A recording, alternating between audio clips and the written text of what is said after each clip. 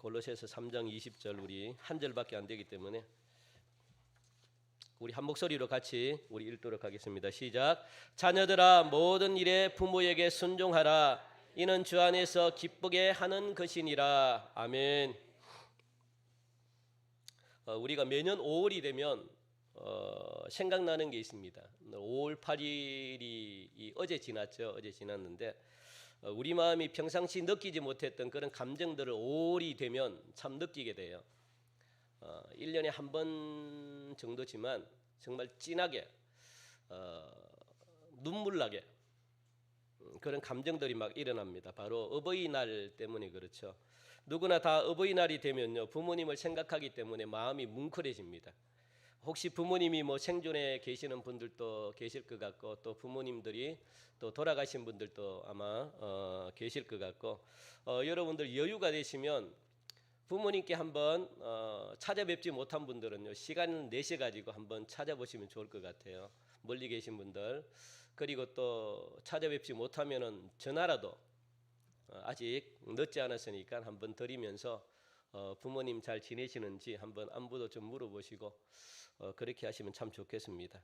어버이날이 어제 하루 지났지만 오늘은요 모든 교회가 이 5월 둘째 주일 어버이 주일로 그렇게 지키는 그런 주일입니다.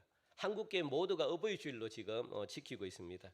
여기 계신 부모님들 특별히 연로하신 우리 어르신들에게 하나님의 은혜가 우리 남은 삶 동안 평강으로 함께 하시는 은혜가 있기를 간절히 바랍니다.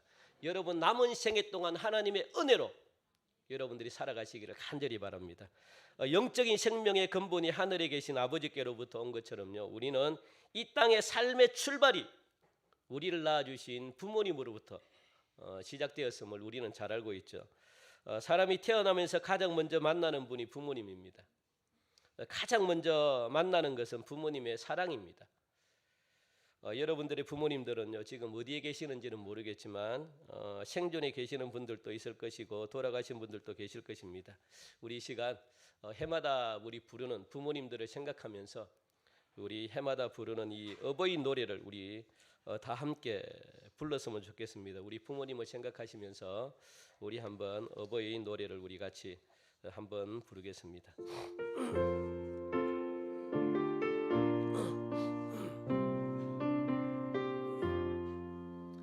나 실제 괴로움 다 잊으시고 길으실 제 밤낮으로 애쓰는 마음 진 자리 마른 자리 가라앉으시며 손발이 다 닳도록 고생하시네. 하늘 아래 그 무엇이 널 따하리요. 어버이의 희생은 가히 없어라. 어려서 남고 없고 헐러주시고 자라선 문기 되어 기다리는 밤 아릴사 그릇 뗄사 자식 생각해 고우시던 힘 위에 주름이 가득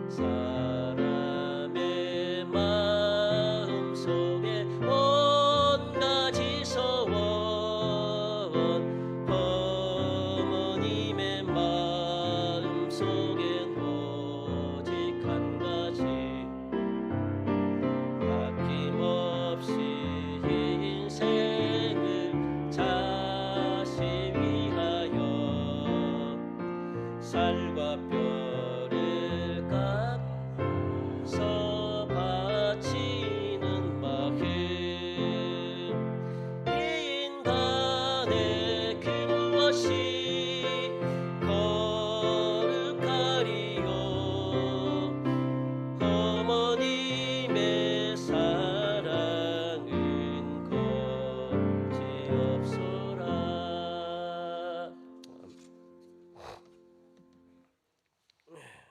네, 감사합니다. 우리 부모님을 생각하면은 무엇라 표현을 못합니다. 그냥 너무너무 감사하고 너무너무 또 고맙고 그렇습니다. 우리 이 시간 마음속에 계신 부모님들 또 계시다면 우리 한번 부모님 감사합니다, 사랑합니다. 우리 크게 한번 외쳐볼까요? 어머님, 아버님 사랑합니다, 감사합니다. 우리 한번 외칩시다. 네. 네. 감사합니다. 창세기 1장 27절 28절 우리가 한번 말씀을 보면 몇 가지 우리에게 귀중한 말씀이 담겨져 있습니다. 우리 한번 잘 보이나요? 우리 같이 한번 읽어볼까요? 시작.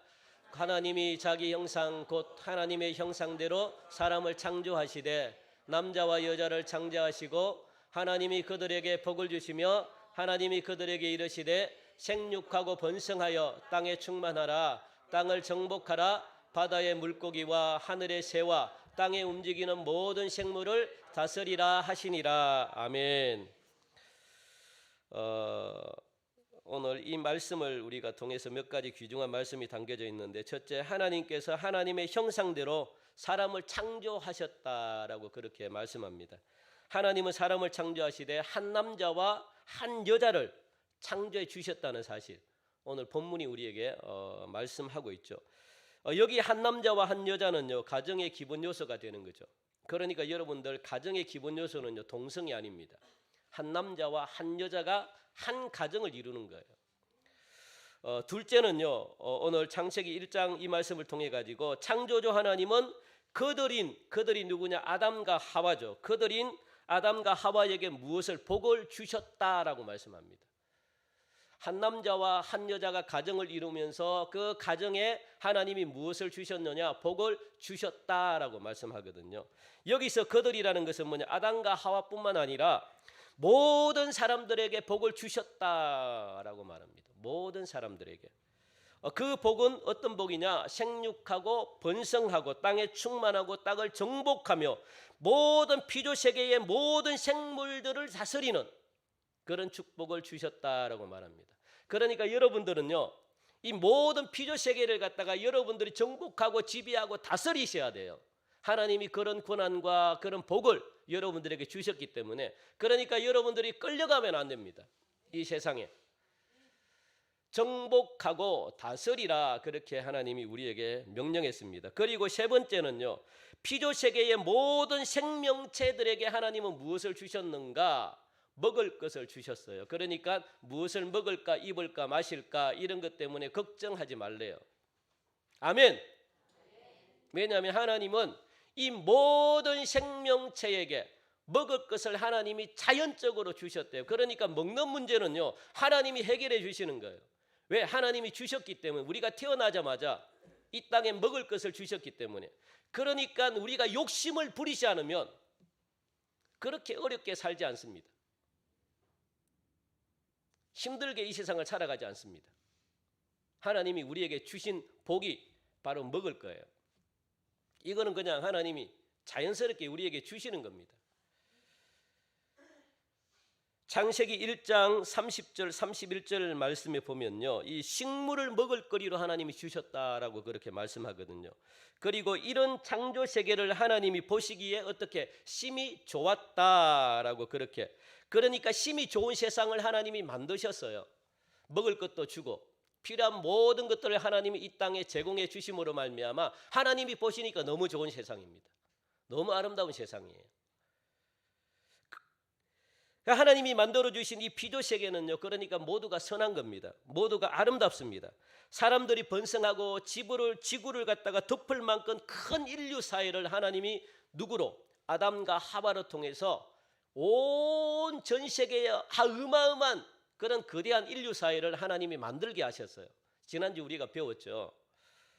또 피조 세계를 개발하면서 관리하도록 우리에게 만들어 주신 이 세상은 너무너무 아름다운 세상입니다. 그래서 이 아름다운 삶의 터전이요 하나님의 놀라운 선물이면서 축복이 바로 이 가정에서부터 시작됐다는 것 여러분들이 반드시 기억하시기 바랍니다. 또 하나 우리 성경 말씀 읽어볼까요? 창세기 2장 18절부터 25절 너무 길기 때문에 여러분들 우리 좀 길지만 우리 한번 읽어봅시다. 시작. 여호와 하나님이 이르시되 사람이 혼자 사는 것이 좋지 아니하니 내가 그를 위하여 돕는 배필을 지으리라 하시니라. 내 뼈 중에 뼈요 살 중에 살이라. 이것을 남자에게서 취하여선즉 여자라 부르리라 하니라. 이러므로 남자가 부모를 떠나 둘이 한 몸을 이룰지로다. 아멘. 오늘 이 말씀 가운데 아담과 하와가 한 가정을 이룬 사실을 갖다가 지금 말씀해 주고 있죠. 그러므로 이 하나님께서 결혼 주례자가 되어 주셨다는 거 아시죠? 최초의 결혼 주례자가 하나님이십니다. 그리고 신부의 아버지 역할, 하와의 아버지 역할을 누가 하셨느냐? 하나님이 하셨어요. 이와 같이 하나님께서는요 이들이 부모를 떠나가지고 하나님이 짝지어 주심으로 말미암아 한 몸을 이루어서 한평생 부끄러움이 없는 삶을 살아가도록 가정을 허락해 주셨다라고 말씀하고 있습니다. 이 가정은 하나님께서 최초로 만들어 주신 그런 하나님의 기관이고 인류사의 기본 요소가 되는 게 바로 가정이다라고 우리에게 가르쳐주고 있죠. 그리고 또 하나 우리 창세기 12장 1절부터 3절 우리 한번 볼까요? 시작. 여호와께서 아브라함에게 이르시되 너는 너의 고향과 친척과 아버지의 집을 떠나 내가 네게 보여줄 땅으로 가라. 내가 너로 큰 민족을 이루고 내게 복을 주어 내 이름을 창대하게 하리니 너는 복이 될지라. 너를 축복하는 자에게는 내가 복을 내리고 너를 저주하는 자에게는 내가 저주하리니 땅의 모든 족속이 너로 말미암아 복을 얻을 것이라 하신지라. 아멘. 오늘 창세기 12장 1절부터 3절 말씀을 통해서 아브라함의 가정을 하나님이 특별히 택하시고 불렀다는 거예요. 그리고 복의 기간으로 부르셨다는 사실을 여러분들이 기억하시기 바랍니다. 그러니까 여러분들의 가정은요 하나님이 복 주는 터전으로 하나님께서 여러분 가정을 만드셨다는 것 반드시 기억하시고, 그리고 하나님과 아브라함과 약속을 하셨대요. 무슨 약속을 하셨냐? 하나님께서는 약속대로 아브라함과 그 가정과 후손에게 복을 주시고 아브라함은 그 복을 모든 인류에게 나누어 주도록 의무를 갖다가 부여했다는 겁니다. 여기서 우리는 가정의 중요성을 갖다가 다시 한 번 더 확인해 볼 수 있는데, 에덴 동산에서 만들어 주신 이 가정이 인류 사회의 기본 단위가 되고, 그리고 또 하나님이 약속대로 베푸시는 하나님의 축복을 갖다가 여러분들 인류 사회에 나누어 주는 기간으로 변화되었다는 것을 여러분들 기억하시기 바랍니다. 무엇이? 여러분들 하나님이 만들어 주신 여러분 가정을 통해서 하나님이 여러분들에게 이 가정에게 복을 하나님이 주셨대요. 여러분들은 복을 받은 가정입니다. 아멘. 하나님이 그렇게 지금 말씀하고 있잖아요. 아브라함을 통해 가지고 복을 주셨는데 이 복을 너만 가지고 있지 말고 인류 사회에게 네가 받은 이 복을 나눠줘라, 그렇게 하나님이 명령하셨어요. 그러니까 여러분들의 가정은요 인류 사회에게 복을 나눌 수 있는 그런 가정이 되기를 간절히 바랍니다. 그런 의무가 여러분 가정에게 있다는 거 여러분들 반드시 기억하시기 바랍니다. 그리고 여러분 가정은요 축복 속에서 하나님이 만들어 주신 가정이에요. 놀랍죠? 여러분들 이것이 바로 교회의 시작입니다. 하나님의 구속사의 시작임을 여러분들 우리가 알 수 있는데, 오늘은 어버이 주일입니다. 오늘은 지난 주일에 이어서 기독교 가정의 행복한 요소 가운데 두 번째 요소가 되는 자녀들의 의무 문제를 갖다가 한번 살펴보도록 하겠습니다. 이 기독교 가정에 있어 가지고 자녀들의 의무란 뭘까요? 이 의무를 다른 말로 이야기하면 사명이라고 할 수 있죠. 자녀의 사명. 이 자녀들의 사명, 자녀들의 의무가 뭘까? 그겁니다. 기독교 가정에 있어서 자녀들의 의무라는 것은 무엇일까? 그러니까 자녀들의 사명은 뭘까? 한마디로 말하면 바로 자녀들은요 효입니다. 효를 말하고 있어요. 자녀의 사명은 효다. 자, 우리 따라합시다. 자녀의 사명은 효다. 효가 뭐라고요? 자녀들이 해야 될 사명이래요. 그리고 의무래요. 그러니까 자녀된 우리들은요 해야 될 게 뭡니까? 부모님에게 효도를 해야 되는 거예요. 그거는 우리가 만들어낸 것이 아니고 하나님이 우리에게 명령하신 이 의무입니다. 명령은 지켜야 돼요. 효를 오늘 본문은 이렇게 우리가 말씀하고 있잖아요. 자녀들아 모든 일에 부모에게 순종하는 것이 효다라고 말합니다. 순종하는 것. 내가 좋아서 하는 것이 효가 아니고 부모님이 좋아서 하는 게 효래요. 그러니까 부모님께 순종하셔야 돼요. 내가 좋아서 내 방식대로 부모님을 섬길 수가 없습니다. 여러분 방식대로 부모님을 섬기는 것은 효가 아니에요. 그러니까 부모님이 원하는 거, 부모님이 기뻐하는 걸 여러분들이 하기 싫지만 해드리는 게 효입니다. 그걸 성경에서는 효라고 이야기해요. 그러니까 부모님께 순종하라 그렇게 말합니다. 이는 주 안에서 기쁘게 하는 것이다. 그러니까 이것이 우리 하나님을 기쁘게 하는 거래요. 주 안에서 기쁘게 한다는 것은 뭐냐면 하나님이 기뻐하는 것이니까 부모님을 순종하고 부모님께 효다는 그 모습을 보면서 하나님이 기쁨을 느끼는 거예요. 내 말을 잘 듣는구나. 이걸 무엇으로? 부모님께 효다하는 모습을 통해서 하나님이 기쁨을 받는데요. 지난주에도 우리가 말씀을 드렸다시피 한 번 더 우리가 복습을 하겠습니다. 에베소서 우리가 5장 22절부터 그리고 골로새서 오늘 본문인 이 말씀에 의해 가지고 기독교 가정에 있어 가지고 행복한 요소 4가지 제시했죠. 뭐가 있어야 행복하대요?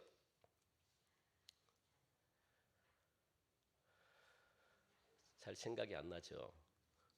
할렐루야. 예, 말씀이 지금 생각 찾고 나면은 제가 이 설교 할 게 없잖아요. 그러니까 생각 안 나는 게 좋죠. 예, 그래도 생각나죠. 4가지 우리 기독교 가정의 행복한 요소가 4가지가 있는데 이 4가지 다가 행복해야만 기독교 가정이 행복할 수 있대요. 그 첫 번째가 뭡니까? 부부 사랑입니다. 부부간에 사랑을 해야 된대요. 그리고 둘째가 뭡니까? 주 안에서 부모에게 효도하는 자녀가 있어야 된대요. 그리고 셋째는 뭡니까? 주의 교양과 훈계로 자녀를 양육하는 부모가 있어야만 행복해질 수 있고요. 넷째는 뭡니까? 사회생활을 죽게 하듯 단마음으로 사회생활을 할 수 있는 이런 마음, 이런 삶, 이걸 가지고 기독교 가정의 행복 요소라고 그렇게 말합니다. 이 4가지가 있어야지 가정이 행복해요. 그중에 한 가지라도 없으면 가정이 행복해질 수가 없습니다. 그것은 성경이 말하고 있어요. 이 에베소서 이 5장 22절부터 6장 9절까지 골로새서 3장 18절부터 25절까지 말씀을 여러분들 읽어보면 그 말씀에 4가지가 나와요. 4가지가. 이 4가지가 행복해야만 된다는 거예요. 그렇지 않아요. 이 중에도 하나가 빠지면요 행복하지 못합니다. 여러분 한번 삶을 한번 되돌아보세요. 여러분 가정이 행복한가? 아니면 정말로 왜 행복하지 못하는가? 4가지 중에 한 가지가 빠져 있어서 그래요. 그러니까 아무리 부부 사랑이 있고 훌륭한 부모가 있어도 식구들 모두가 사회의 저명 인사가 다 된다 할지라도 주 안에서 효도하는 자녀가 없으면 그 가정은 행복해질 수가 없다는 거예요. 어른들 말에 이런 말씀이 있습니다. 이런 말이 있습니다. 자식은 눈에 넣어도 아프지 않대요. 이 말이 그런데 또 이런 말씀이 있죠. 자식이 아니라 원수다. 그런 말도 있죠. 부모에게 효도하는 자녀는요 눈에 넣어도 아프지 않대요. 오히려 그런 자녀들은 부모의 사랑을 받을 수가 있는 거죠. 반대로 부모에게 불효하는 자식들은요 자식이 아니라 뭡니까? 원수다라고 말하는 거예요. 불효한다는 것은 부모의 말을 안 듣는다는 거예요. 이건 원수래요, 원수. 오늘 이 예배 참여하신 우리 사랑하는 성도 여러분 모두가 눈에 넣어도 아프지 않는 그런 자녀들이 되기를 간절히 바랍니다. 또한 절대로 자식이 아니라 원수가 되는 일이 없기를 간절히 바랍니다. 여러분들 원수가 되면 안 돼요. 따라서 오늘은 기독교 가정의 행복한 요소 중에서 효도 문제만을 우리가 잠시 한번 생각해 보기를 원하는데, 첫째, 성경에 보면은 이 효라는 말은요 디모데전서 5장 4절 나와 있나요? 디모데전서 5장 4절 우리 같이 한번 읽어봅시다. 시작. 만일 어떤 과부에게 자녀나 손자들이 있거든 그들로 먼저 자기 집에서 효를 행하여 부모에게 보답하기를 배우게 하라. 이것이 하나님 앞에 받으실 만한 것이니라. 그렇게 말합니다. 그런 첫째, 이 성경에 보면 이 효라는 말은요 디모데전서 5장 4절 말씀에 딱 한 번 나와요. 이 말씀이 답니다. 효는 여기가 끝나요. 성경에 더 이상 이 효라는 말이 안 나옵니다. 효를 행하여 그렇게 말하죠. 그래서 어떤 사람들은 이 말 한마디를 가지고 꼬투리를 잡는 사람들이 굉장히 많습니다. 뭐라고 꼬투리를 잡느냐 하면 기독교는 사회윤리를 강조하면서 가정윤리인 이 효는 강조하지도 않고 그리고 말하는 게 너무너무 부족하다라고 비난하기도 합니다. 세상 사람들이. 그럴 만한 게 우리나라가 유교 문화였잖아요. 이 유교 문화는 무엇입니까? 부모님을 섬기는 문화입니다. 그러니까 죽어서도 제사를 지내잖아요. 그게 유교 문화에서 왔어요. 내가 이 땅에서 다 하지 못했던 효를 갖다가 죽어서라도 산소에 가가지고 성묘를 지내면서 제사를 지내면서 우리 조상에게 복을 비는 그런 종교가 바로 유교입니다. 그 유교 사상, 유교 문화, 이런 어떤 유교 문화권의 기독교인들의 이 효와 제사 문제를 갖다가 결부시켜가지고 우리는 제사 대신에 무엇을 드립니까? 추모 예배를 드린다는 거예요. 그래서 기독교인들은요, 부모도 몰라보는 불효자식이다라고 그렇게 비난하면서 이 복음 전파를 우리나라가 그동안 방해해 왔습니다. 아이고, 이 기독교는 부모님을 섬기지 않고 무슨 제사도 드리지 않으면서 무슨 부모님을 사랑하라고 그렇게 말하냐, 말할 자격이 없다, 이렇게 만들어 버리는 거예요. 그래서 그러나 이 기독교가요, 효를 절대로 무시한 적이 없습니다. 그리고 경시한다는 말은요, 전혀 근거 없는 그런 낭설입니다. 낭설. 성경은 분명히 주 안에서 부모에게 순종하도록 그렇게 명령하고 있거든요. 성경은 부모에게 대한 자식들의 의무를 갖다가 여러 가지 말씀으로 우리에게 하고 있다는 거예요. 그러니까 이 기독교만큼 부모님의 효를 더 강조하는 것은 절대 없습니다. 얼마나 기독교가 부모의 효도에 대해서 성경의 곳곳에 말씀하고 있어요. 그것도 명령하고 있습니다. 오늘 본문의 말씀도 마찬가지죠. 그리고 10계명 중에 여러분들 5번째 이 계명, 이 효도를 갖다가 명령하고 있어요. 효도해라. 하나님께서 시내산에게 모세에게 이 10계명을 주셨잖아요. 2 돌판을 주셨어요. 그러니까 이 첫 번째 이 돌판은 이 사람들이 하나님을 향해 가지고 지켜야 되는 이 도덕법이 있어요. 하나님께 지켜야 되는 이 도덕법이 첫 번째 돌판에 새겨져 있고, 그리고 두 번째 돌판에는 무엇이 새겨져 있냐? 사람과 사람 간에 지켜야 될 어떤 그런 도덕법을 하나님이 제시해 주셨습니다. 하나님께 지켜야 될 도덕법을 첫째 돌판에 새겨 주셨고, 두 번째 돌판은 사람과 사람 사이에 지켜야 될 도덕을 갖다가 하나님이 새겨 주셨어요. 그런데 두 돌판의 첫 번째 나오는 첫 번째 계명이 뭡니까? 첫 번째 나왔다는 것은요, 가장 중요하다는 거예요. 가장 으뜸으로 생각한다는 거예요. 그 가장 으뜸으로 생각하는 그 도덕법, 사람과 사람 사이에 지켜야 되는 그 도덕법의 가장 으뜸되는 말씀이 뭐냐면 네 부모를 공경하라, 그렇게 말합니다. 여러분들 굉장한 거예요. 이거는 네 부모를 공경하라, 효도하라는 거예요. 그게 하나님께서 모세로 통해 가지고 모든 이스라엘 백성들에게, 그리고 오늘날 우리에게 주어진 명령입니다. 부모를 공경하라, 효도해라, 그렇게 말씀하고 있는 거예요. 이것보다 더 강력한 세상에 어떤 그런 말이 어디 있습니까? 결코 성경의 효라는 말은요, 한 번밖에 없기 때문에 효도가 없는 것이다. 절대 여러분들 그렇게 생각하면 안 됩니다. 성경은 효도, 이 효를 가지고 명사로 이 표시하지 않습니다. 명사라는 것은 그냥 뭐 이상적인 것, 이 추상적인 것, 그게 바로 명사잖아요. 그냥 뜬구름 잡는 것. 우리나라는 전부 다 이 명사로 전부 다 주어를 만들고 있습니다. 그러니까 추상적인 거예요. 우리나라는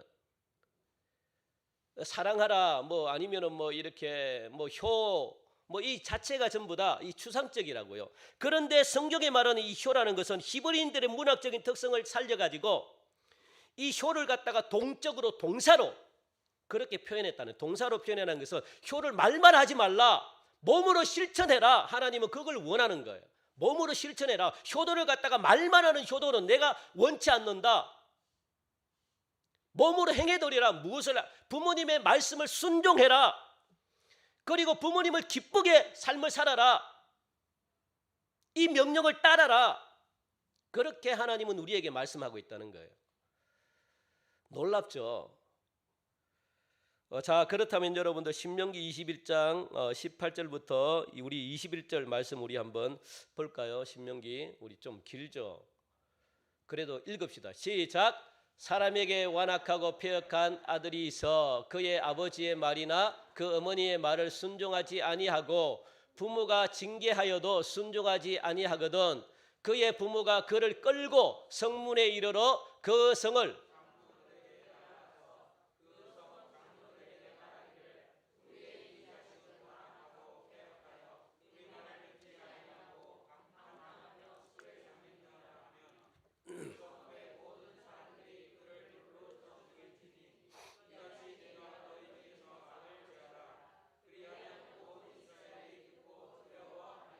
예, 말씀 계속 띄워두세요. 그대로 놔두세요. 예. 자, 여러분들 잘 보시기 바랍니다. 오늘 이 신명기 21장 18절부터 21절 말씀을 보면 이와 같이 우리는요, 이 자녀들이 부모의 말씀에 순종치 않고 거역하는 것이 죄다 그렇게 말씀하고 있죠. 그리고 부모의 징계를 사랑의 매죠. 부모의 징계를 듣지 않는 것도 죄다 그렇게 말합니다. 그리고 그 죄를 지었던 사람, 부모님의 말씀을 듣지 않는 그 사람들은 성읍의 장로회의에 회부시켜 가지고 중한 죄를 갖다가 그만큼 이 중한 죄로 인정하는 거예요. 무엇이? 부모님께 순종하지 않는 것. 그것뿐만 아니죠. 부모님께 순종하지 않는 것, 부모님의 말씀을 듣지 않는 사람들을 돌로 쳐 죽여라 그렇게 말합니다. 사형에 처하는 죄예요. 여러분들 이 기독교만큼 효도를 강조하는 무섭게 강조하는 게 없습니다. 구약은요 이게 동사잖아요. 안 하면 죽여라, 돌로 쳐 죽여라. 이거 나와 있나요? 나와 있죠? 없습니까? 있죠? 어디 있습니까? 같이 읽읍시다. 시작. 그를 돌로 쳐 죽일지니 이같이 네가 너희 중에서 악을 제하라. 죽지 않으려면 악을 제하라. 악을 제한다는 것이 뭡니까? 순종하고 부모님을 잘 섬겨라. 그렇게 말하는 거죠. 그리고요 한 가정의 불효 문제는요 이 당시에 그 가정의 문제만이 아니라 이스라엘 전체의 문제였어요. 그만큼 중대한 문제가 효도 문제입니다. 더 나아가 가지고 인류 사회의 문제가 되고 있음을 우리에게 가르쳐주고 있습니다. 예, 됐습니다. 예, 둘째, 여러분들 성경은 자녀들에게 효를 가르쳐주고 있어요. 효는 부모를 섬기는 거거든요. 성경에 기록되어 있는 몇 가지 말씀을 통해서 기독교인들의 효를 갖다가 여러분들 한번 확인해 봤으면 좋겠는데 성경에 나타난 효입니다.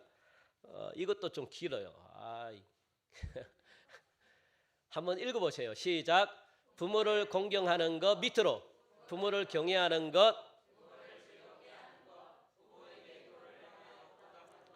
부모의 의사를 존중하는 것 그리고 부모의 뜻을 잘 받들 것 부모의 신앙을 본받는 것 노인들을 공경하는 것 부모에게 불경한 행동이나 언사를 삼가는 것 부모를 경홀히 여기지 말 것 부모에게 거짓말을 하지 말 것 부모를 회방하지 말 것 부모를 거역하지 말 것 모든 일에 순종한 부모에게 주 안에서 순종할 것 이것이 바로 성경에 나타난 효입니다. 이게 전부 다 성경에 나타나 있어요. 제가 일일이 성경 말씀이 저 뒤에 다 있는데 이 달자니까 한 페이지로 쓸 수가 없어가지고 그냥 이 성경 구절은 내가 다 지우고 이것만 했는데 여러분들 굉장하죠. 성경에 나타난 효가 바로 이런 효입니다.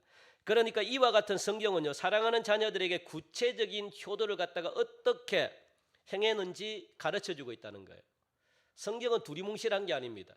여러분 신앙은 절대로 두리뭉실한 게 아닙니다. 신앙은 그냥 구름 잡는 것처럼 그렇게 후황된 게 신앙이 아닙니다. 하나님은 여러분들에게 정확한 걸 주셔요. 정확한 걸 주지 않으면 그것은 사탄입니다. 마귀입니다. 마귀는 그냥 막 얼렁뚱땅 줘요. 그러니까 응답은 정확하고 확실한 겁니다. 하나님은 여러분들에게 정확하게 말씀하셔요. 여러분들이 딱 보면 이것이 하나님의 말씀이고 이거 하지 말라 이게 정확하게 구분이 됩니다. 그런데 여러분들이 그걸 갖다가 왜 하기 싫으냐? 내가 마음에 드는 게 없기 때문에 너무 정확하기 때문에 우리가 그걸 갖다가 안 들으려고 해요. 하나님의 말씀은 정확해요. 하나님은요 정확하지 않으면 안 줘요. 그래서 신앙생활 하기가 쉽습니다. 믿음 생활하기가 우리는 너무너무 쉽습니다. 왜냐하면 하나님의 말씀은 정확하게 우리에게 주어지기 때문에 분명하게 주어지기 때문에 궁금해할 필요도 없습니다. 하나님은 정확하게 말씀을 주셔요. 이거 해라 저거 해라 중간이 없습니다. 그걸 여러분들이 기억하셔야 돼요. 신앙생활은 중간이 없어요. 정확한 겁니다.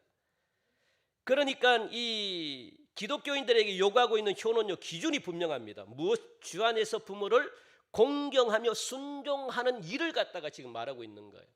공경하고 순종하는. 그러니까 부모님을 통해 가지고 하나님의 뜻을 이루겠다는 거예요. 주 안에서. 주 안에서라는 말은. 사실 이 교회 밖에서 이루어지는 효행은요, 두 가지 사실에 근거하고 있는 거잖아요. 우리가 잘 아는 이 생물학적인 요구, 생물학적인 요구와 윤리적인 요구가 있는데, 이 생물학적인 요구는 뭐냐면, 부모님이 자녀를 낳았어요. 그리고 길러주신 이 육신의 부모를 갖다가 뿌리로 우리는 자연스럽게 생각하고 있는 겁니다. 부모님이 우리를 낳았기 때문에 우리는 부모님을 섬겨야 된다. 이게 생물학적인 거예요. 그리고 또 이 윤리적인 것은 뭐냐면, 우리가 이 상도라는 게 있죠. 상도. 이 장사하면 상도덕. 그것처럼 이 도덕이라는 거예요. 그러니까 인간이 마땅히 해야 될 도덕적인 도리가 뭐냐? 우리는 나이가 어리기 때문에 부모님을 장년히 존경하고 섬겨야 된다. 이게 세상 사람들이 가지고 있는 어떤 그런 효입니다. 그래서 이거는요, 동물의 세계도 나타나죠. 동물의 세계도 힘의 지배에 의해서 부모님이 높기 때문에, 부모님이 힘이 많기 때문에 자녀는 따라가는 거예요. 이게 바로 이 윤리적인 그런 요구입니다. 그런데 우리도 이 외에 우리도 마찬가지로 믿는 자들도 이것이 다 포함되지만, 이 외에 분명한 효도의 기준 한 가지 더 가지고 있습니다. 그것은 뭐냐면, 부모님들이 가지고 있는 존엄성이라고 하는 것, 우리 기독교에는 있습니다. 세상 사람들은요, 그게 없을지 모르겠지만, 우리 기독교에는 무엇이, 부모님들이 가지고 있는 존엄성을 우리가 인정해요. 그러니까 하나님께서 창조하신 하나님의 소유인 이 자녀들을 갖다가 부모를 통해 가지고 태어나게 하시고, 또 그들을 하나님의 뜻에 맞추어 가지고 양육하도록 부모들로 하여금 정직의 사명을 부모님들에게 주셨다는 거예요. 그러니까 부모님들은 하나님이 맡겨주신 자녀를 키우는 겁니다. 그게 부모님의 사명이래요. 그러므로 부모들에게 주어진 이 부모의 권위라는 것은 뭐냐면, 몸이나 사회 윤리에서 난 것이 아니라 하나님으로부터 주어진 영적 권리라는 것. 영적 권리가 뭡니까? 내 자녀를 갖다가 낳고 키우고 돌보는 것. 그리고 자녀들은 부모의 그 존엄성을 갖다가 인정해주고 존경하고, 그리고 효도를 통해서 부모님의 말씀을 들음으로 말미암아 영적 권위를 인정해주는 것. 그게 하나님이 세워주신 영적인 질서입니다. 그렇기 때문에 이 기독교인의 효는요, 하나님의 뜻에 맞추져 있다는 것 여러분들이 기억하시기 바랍니다. 우리의 효가 내 마음대로 하는 것이 아니고, 하나님이 원하고 하나님이 명령하시고 하나님의 뜻에 철저하게 맞춰져 있다는 거예요. 그러니까 하나님의 뜻은 뭡니까? 부모님을 존경하고 주 안에서 순종하도록 하나님이 규정하고 있다는 것. 이와 같은 효는요, 어제나 오늘이나 그리고 내일에 있어가지고 그 기준이 분명합니다. 우리는 부모님을 공경하면서 주 안에서 부모에게 순종함으로 말미암아 효도하는 그런 자녀들이, 여러분들이 다 되시기를 바랍니다. 그리고 셋째는요, 기독교인들의 이 효도에는 보상이 따라요. 여러분들, 그거 중요합니다. 기독교인들의 효는 이 주 안에서 부모에게 순종하는 것이기 때문에, 부모에게도 순종할 뿐만 아니라 누구에게 순종한대요? 부모님을 통해서 하나님이 영광을 받으신대요. 그러니까 부모님께 순종하는 것이 하나님께 순종하는 게 돼요. 하나님의 뜻을 이루는 것이 됩니다. 하나님을 기쁘게 하는 것이 되는 거예요. 하나님의 명령이기 때문에 그래요. 우리 하나님은 이런 자녀들에게요, 놀라운 보상을 약속하고 계신다는 것 한번 알아볼까요? 출애굽기 20장 13절 어떤 보상이 있는지 우리 한번 봅시다. 시작. 내 부모를 공경하라. 그리하면 내 하나님 여호와가 내게 준 땅에서 내 생명이 길리라. 아멘. 그러니까 하나님을 기쁘게 하고 부모님을 공경하는 사람들은요, 첫 번째 무슨? 약속의 땅에서 오래 살게 하겠다. 하나님이 그렇게 보상하십니다. 이것은 땅 없는 이스라엘 백성들이 영원한 삶의 기반인 어디입니까? 젖과 꿀이 흐르는 약속의 땅, 가나안 땅을 이야기하는 거예요. 하나님은 그 가나안 땅에서 영원히 살기를 원했거든요. 그러니까 이 말씀은 현실적인 뜻만이 있는 것이 아니라, 이 약속에는 효도하는 자녀들에게 영원한 약속의 삶의 터전을 갖다가 내가 너희들에게 주겠다. 이 땅에서도 그런 어떤 놀라운 축복을 받지만, 저 영원한 하나님의 나라에서 너희들이 영원히 살 것을 내가 보장하겠다. 하나님이 그렇게 말씀하시는 겁니다. 놀라운 축복이죠. 약속의 땅에서 오래 살겠다. 그렇게 말합니다. 그러나 불효 자식들은 불안한 삶을 살아갈 수밖에 없습니다. 왜냐하면 삶의 터전을 갖다가 빼앗기기 때문에 내가 삶의 터전을 보장받지 못하기 때문에. 그래서 오늘은 무엇을 어떻게 살아가야 될까, 내일은 어떻게 살아야 될까, 이렇게 날마다 걱정하면서 불안한 가운데 살아갈 수밖에 없는 거죠. 그런 반면에 이 효도하는 자녀들은요, 영원한 삶의 터전을 하나님께서 보장해 주시겠다, 그렇게 약속합니다. 그리고 두 번째, 우리 잠언 1장 8절부터 9절까지 한번 볼까요? 같이 읽읍시다. 시작. 내 아들아, 내 아비의 교훈을 법을 떠나지 말라. 이는 내 머리에 아름다운 관이요 내 목에 금사슬이니라. 아멘. 그뿐만이 아니고 두 번째는요, 복을 누리게 하겠다, 그렇게 말씀합니다. 사도 바울을 통해 가지고 효도하는 자녀들에게 범사가 잘 될 것임을 하나님은 오늘 본문을 통해서도 우리에게 약속해 주고 있는데, 여러분들 이 잠언에 나오는 이 효도하는 자녀들의 머리에는요, 아름다운 관이 씌워질 것이다, 그렇게 말하죠. 이 관은요, 어떤 관입니까? 최고롭게 여러분들에게 최고의 영예로운 삶을 하나님이 보장해 주겠다는 거예요. 많은 사람들에게 존경받고 많은 사람들에게 인정받고 그런 삶을 하나님이 보장해 주겠다, 그렇게 말씀합니다. 그리고 또 내 몸에 금사슬이다라고 하는 것은요, 풍요로운 삶을 여러분들 보장해 주겠다는 거예요. 풍요로운 것. 우리 하나님은요, 줘도 차고 넘치는 분입니다. 우리 하나님은 풍성한 분입니다. 우리 하나님은 충만한 분이기 때문에 줘도 모자람이 없어요. 그런데 사람들은요, 그렇지 않아요. 그러니까 여러분들 사람들에게 달라고 쫓아가면 안 돼요. 사람을 의지하면 안 됩니다. 사람은 다 모자라요. 다 부족해요. 돈이 뭐 억만장자라도요, 다 모자라요. 그러니까 사람은 서로를 이용하려고 해요. 그러니까 절대로 사람을 의지하지 마십시오. 사자면요, 우리가 필요한 것들은 못 줘요. 그래, 나에게로 와라. 왜 제발 너희들 인간을 찾아가느냐? 나를 찾아라. 나는 줘도 나는 모자람이 없다. 나는 풍족하다. 나는 충만하다. 나에게 오면 내가 충만한 모든 복을 내가 너희에게 주겠다. 왜 나를 안 찾니? 하나님이 한탄하는 거예요. 여러분, 하나님 찾아오시기 바랍니다. 사람 찾아가지 마세요. 사람들은요, 여러분들을 이용해요. 이용 안 할 것 같습니까? 사람은요, 다 이용합니다. 여러분들 잘해주는 것도 다 이용하려고. 내가 부족하기 때문에 여러분들 통해 가지고 부족한 걸 서로 채우려고 하는 거예요. 그게 사람이, 하나님이 그렇게 만드셨어요. 부족한 존재로 하나님이 만드셨어요. 부족하지 않으면 나를 안 찾기 때문에. 그래서 우리가 공허한 거예요. 허무한 거예요. 세상 것을 채워도 공허한 것은 하나님이 우리를 그런 존재로 만들었기 때문에 그래요. 그래서 하나님의 사랑을 입지 못하면, 말씀이 내 속에 충만하지 못하면 우리는 평생 공허해질 수밖에 없습니다. 그 어떤 것으로도 채울 수가 없어요. 먹어도 채워지지 않죠. 쾌락을 해도 채워지지 않죠. 내가 권력을 다 가져도 채워지지 않죠. 세상이 원하는 돈을 다 가져도 채워지지 않죠. 그런 존재로 만들었다는 거예요. 그런데 하나님을 섬기면, 부모님을 잘 섬기면 오늘 여러분들에게 풍성한 삶을 주겠다. 내가 보장해 주겠다는 거예요. 내가 보장해 주겠다. 하나님이 그렇게 명령하십니다. 그 범사가 잘 된다는 거예요. 모든 일이 형통하다는 거예요. 여러분, 형통한 삶을 살게 해주겠다, 그렇게 말씀하는 거예요. 그래서 효자들에게는 하나님을 비롯해서 수많은 사람들이 협력자가 되기 때문에, 도와주는 사람으로 변하기 때문에 여러분이 잘 될 수밖에 없는 거예요. 그리고 또 신명기 5장 16절 우리 한 번 더 읽읍시다. 신명기 시작. 나는 내 하나님 여호와께서 명령한 대로 내 부모를 공경하라. 그리하면 내 하나님 여호와가 내게 준 땅에서 내 생명이 길고 복을 누리리라. 아멘. 장수하는 복을 주시겠다라고 말씀합니다. 여기서 말하는 장수의 복은요, 내가 병이 없다는 거예요. 무병할 뿐만 아니라 건강의 축복까지도 말합니다. 그리고 악하게 사는 것이 아니라 선하게 하나님의 삶으로 말미암아 최고의 삶의 질로, 우리가 질이 좋아야 되잖아요. 내가 뭐 그냥, 그래서 이 수준 높은 사람들은 음식도 질 좋은 거 먹잖아요. 하나님은 그렇게 우리의 인생의 질을 갖다가 이끌어 주시겠대요. 최고의 삶의 질로, 예수님 같은 그런 생애를 갖다가 살 수 있게끔 우리의 인생을 그렇게 만들어 주시겠대요. 최고죠. 너무너무 좋죠.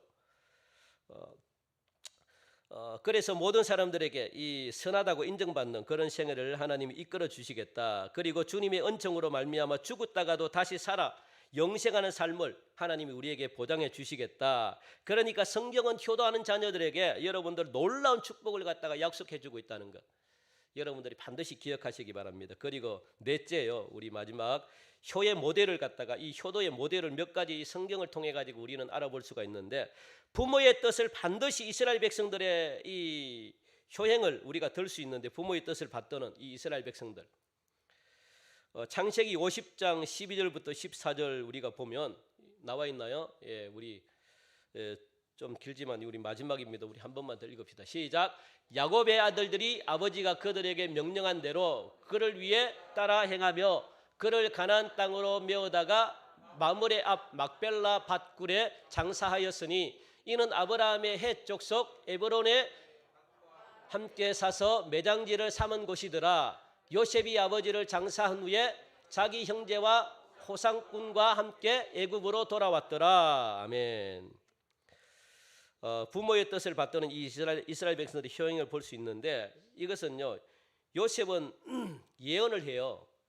그러니까 300년 후에 이스라엘 백성들이 독립국가를 이루어 가지고 팔레스타인에 나중에 정착하게 되면 그렇게 예언합니다. 그리고 이때 유언을 합니다. 너희들이 가나안 복지로 들어갈 때 나의 유골도 가지고 좀 들어가 달라. 그렇게 유언을 합니다.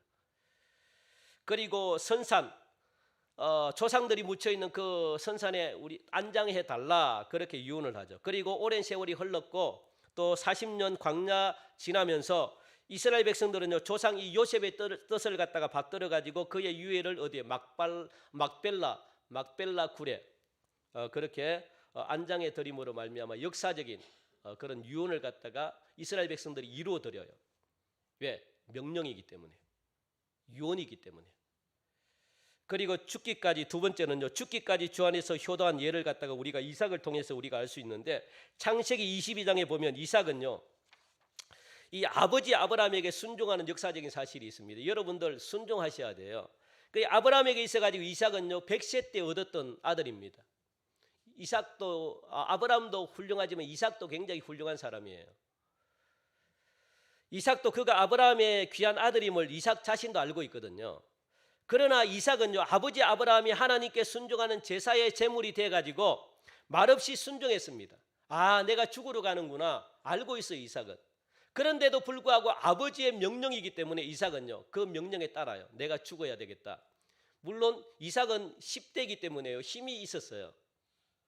힘이 아버지의 그 뿌리칠 수 있는, 100세인 아버지의 뿌리칠 수 있는 그 힘이 이삭에게 있었다는 거예요. 그럼에도 불구하고 이삭은 순종했습니다. 아, 나를 하나님께 드릴 제물로 나를 바치는구나. 이삭이 순종하고 죽으려고 그랬어요. 이삭도. 놀랍죠. 부모님이기 때문에 순종하는 거예요. 여러분들 기억하시기 바랍니다. 부모님이 어떤 말씀을 하셔도 여러분들은 대들어서는 안 됩니다. 순종하셔야 돼요. 그 말이 설령 잘못된 이야기를 할지라도 순종하셔야 돼요. 그게 권위입니다. 하나님이 영적 질서로 세워준 권위입니다. 그리고 잘못된 것, 부모님이 잘못된 것은 하나님이 고치셔요. 여러분들이 하려고 하면 안 됩니다. 그건 여러분들이 복을 못 받아요. 믿는 부모님이든 안 믿는 부모님이든 관계없습니다. 부모님이 어떤 말씀을 하시면 여러분들은 그 말씀이 잘못됐더라도 따르셔야 돼요. 하나님이 명령하신 것이기 때문에 그래요. 절대로 토를 달거나 절대로 그 말을 무시하거나 업신여기서는 절대로 안 된다는 것 여러분들이 기억하시기 바랍니다. 그러면 여러분들은 절대로 복을 못 받아요. 이런 복을, 제가 앞에서 이야기했던 복을 절대로 받을 수가 없습니다. 여러분 말이 아무리 정당하고 여러분 말이 아무리 맞더라도 여러분 말대로 하면 안 돼요.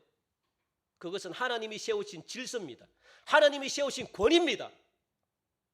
권위는 안 믿는 부모님에게도 해당이 되는 거예요. 그 권위는 하나님이 알아서 하십니다. 내가 그동안 살면서 그렇게 했다면 여러분들 이 시간 철저하게 회개하시기 바랍니다.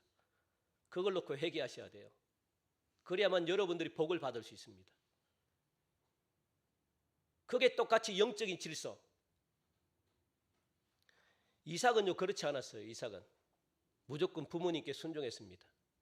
여러분들이 부모님을 변화시키길 원합니까? 안 믿는 부모님을 변화시키길 원합니까? 그러면 어떻게 해야 돼요? 순종해야죠. 내가 순종할 수 있는 것만 순종하면 어떻게 부모님이 변화됩니까? 어떻게 부모님을 구원할 수 있습니까? 그게 세상 사람들과 다른 거죠.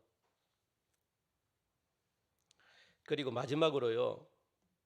예수님께서 효자였다는 사실을 여러분들 기억하시기 바랍니다. 예수님의 개인적인 생애와 활동은 이 누가복음 1장과 2장에만 기록이 되어 있어요. 예수님의 개인적인 생애를 우리는 예수님의 영아 시절 그리고 예수님의 소년 시절을 알아볼 수가 있는데, 예수님은 어려서부터 부모에게 순종하는 아들이었어요. 한번 읽어보십시오, 성경을. 그러니까 예수님은요, 철저한 셰마 교육을 통해서 순종함을 배웠습니다. 하나님의 말씀을 통해서 순종함을 배웠습니다. 예루살렘 성전에 올라가 가지고 율법 전무가들인 이 장로들과 성경을 토론하면서 그들을 깜짝 놀라게 할 만큼 이 철저한 교육을 누구로부터? 부모로부터 받았다는 거예요. 그는 30세가 되도록 아버지가 안 계신 이 가정을 갖다가 예수님은 혼자 돌보면서 어머님을 극진하게 섬겼습니다. 3년 공생애 동안에도 어머님의 그 내조를 받으면서 어머니를 극진하게 존경하면서 사랑하며 공생애를 예수님이 사셨어요. 그렇게 바쁜데도 불구하고 어머님을 섬기는 일은요, 게을리하지 않았습니다. 예수님께서 얼마나 어머니를 사랑하는지 잘 나타나 있는 사건이 바로 십자가 사건이거든요. 예수님의 십자가에 매달린 채 죽는 그 순간에도 십자가 밑에 있는 이 제자, 사랑하는 제자 요한에게 이야기를 하죠. 네 어머니다. 그렇게 말씀합니다. 네 어머니다. 그게 무슨 말씀입니까? 나는 이제 죽고 없을 터인데 살아있는 동안에 사도 요한아, 네가 내 어머니를 잘 모셔라.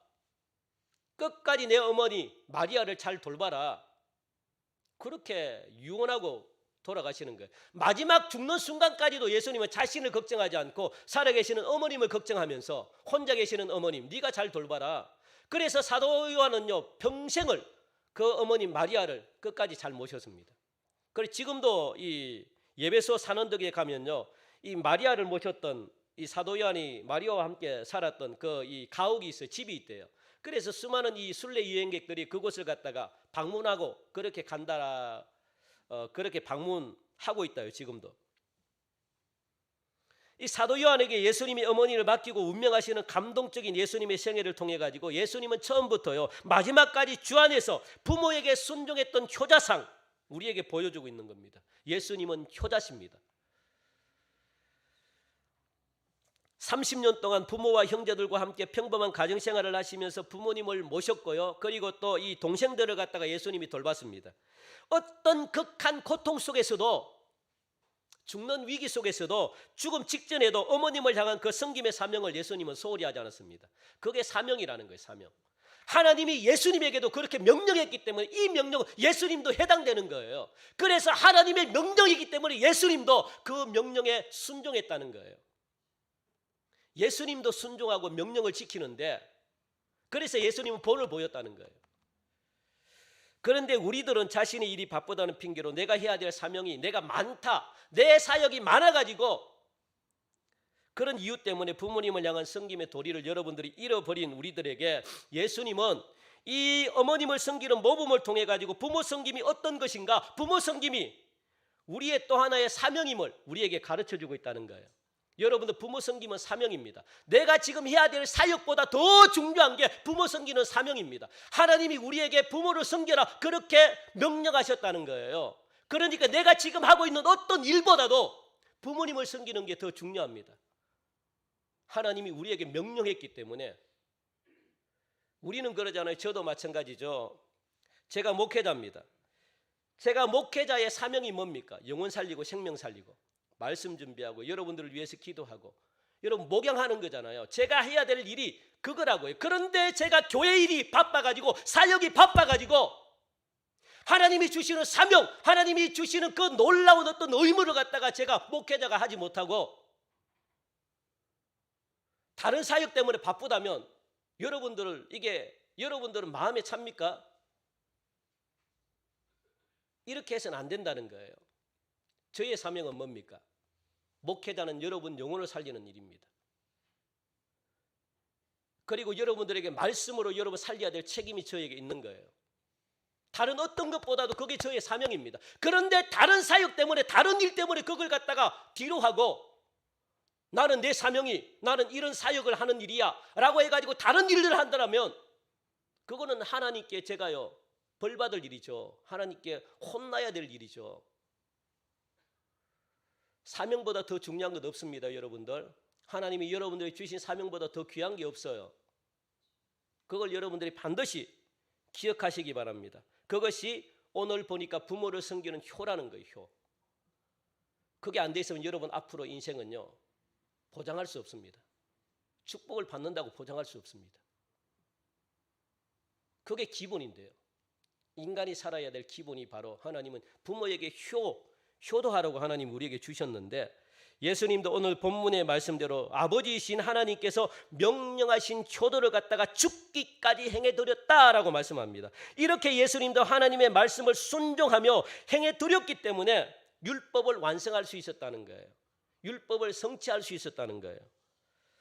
십자가를 매달리시면서까지 죽는 순간까지 효도하는 모습을 우리가 볼 수 있는 것은 하나님의 명령이기 때문에 예수님도 그 명령에 예수님도 순종했다는 거예요. 그래서 행했다는 거예요. 그 최선을 다해서 이게 나의 사명이기 때문에, 내가 죽는 순간까지도 내가 부모님을 챙기는 것, 이게 나의 사명이기 때문에, 십자가를 지는 것 못지않은 사명이기 때문에 예수님은 죽는 순간까지도 최선을 다했다는 거예요. 하나님의 명령이기 때문에 그렇습니다. 여러분들 하나님의 명령은요 제발 지키시기 바랍니다. 여러분 복 주려고 그러는 거예요. 여러분 잘 되라고. 이런 순종하는 거룩한 모습을 우리들에게 보여주고 계신 분이 바로 예수님이십니다. 그러니까 기독교는 하나님의 명령을 따라 효도하는 종교예요. 죄송합니다. 종교라는 말을 써서 기독교는 종교가 아닌데 제가 딱히 할 말이 없어요. 여기 막 하나님의 명령을 따라 효도하는 생명의 공동체입니다. 그렇죠. 생명의 공동체입니다. 종교라는 말 쓰면 안 됩니다. 세속적인 거예요. 사람이 만든 게 종교입니다.